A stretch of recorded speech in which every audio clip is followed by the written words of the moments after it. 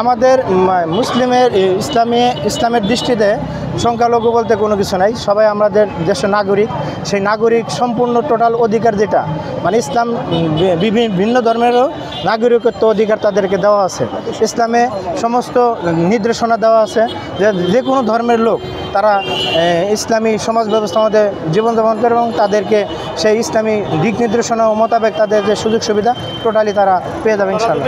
100% ইসলাম তো নিরাপত্তা, ইসলাম তো নিরাপত্তা বিধানই করছেন। ইসলাম বিধানটা হয়েছে সমস্ত নাগরিকের, মানব জাতির তথা সমস্ত যারা মানব সমাজ তাদের জন্য নিরাপত্তা বিধান করা ইসলামের সংবিধান কি এটা আমরা আমাদের উপরে তারা 100% ভরসা করতে পারি ইনশাআল্লাহ। আসলে দ্রব্যমূল্যের ঊর্ধ্বগতি এগুলো সব কিছুর মূলের আছে দুর্নীতি। কিছু মানুষের সিন্ডিকেট করে তারা সমস্ত সম্পদকে একসাথে করে তারা বেশি লাভে বিক্রি করে। এই জন্য এই দেশে মানে বিভিন্নভাবে দাম হঠাৎ বৃদ্ধি পায়। আমরা দেখেছি যে পেঁয়াজে আমরা বিগত 5-7 বছর পেঁয়াজ 100 টাকার উপরে কেজি আমরা ক্রয় করেছি, কিন্তু এখন দেখা গেছে পেঁয়াজ 40 টাকায় চলে আসলো। হঠাৎ করে পেঁয়াজ কোথা থেকে আসলো?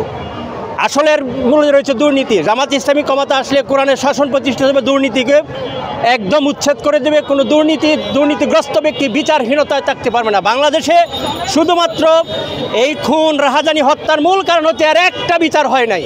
আমি আপনাদেরকে দেখাতে পারবো বিগত 20 বছরে একটা খুনের বিচার হয় নাই। এই জন্য মূলত দুর্নীতির মানে স্বর্গরাজ্যে এই দেশ পরিণত হয়েছে। যদি বিচার হতো এই দুর্নীতি থাকতো না, এই খুন হত্যা রাহাজানি থাকতো না। জামাত ইসলাম একটা কাজ করবে, যার যেটা বিচার সেটা করবে এবং সেই বিচারের আওতায় যখন আসবে এই দেশ একটি সুন্দর দুর্নীতিমুক্ত উন্নত সমৃদ্ধময় সমাজ প্রতিষ্ঠিত হবে। বাংলাদেশ একটি সোনালী দেশ।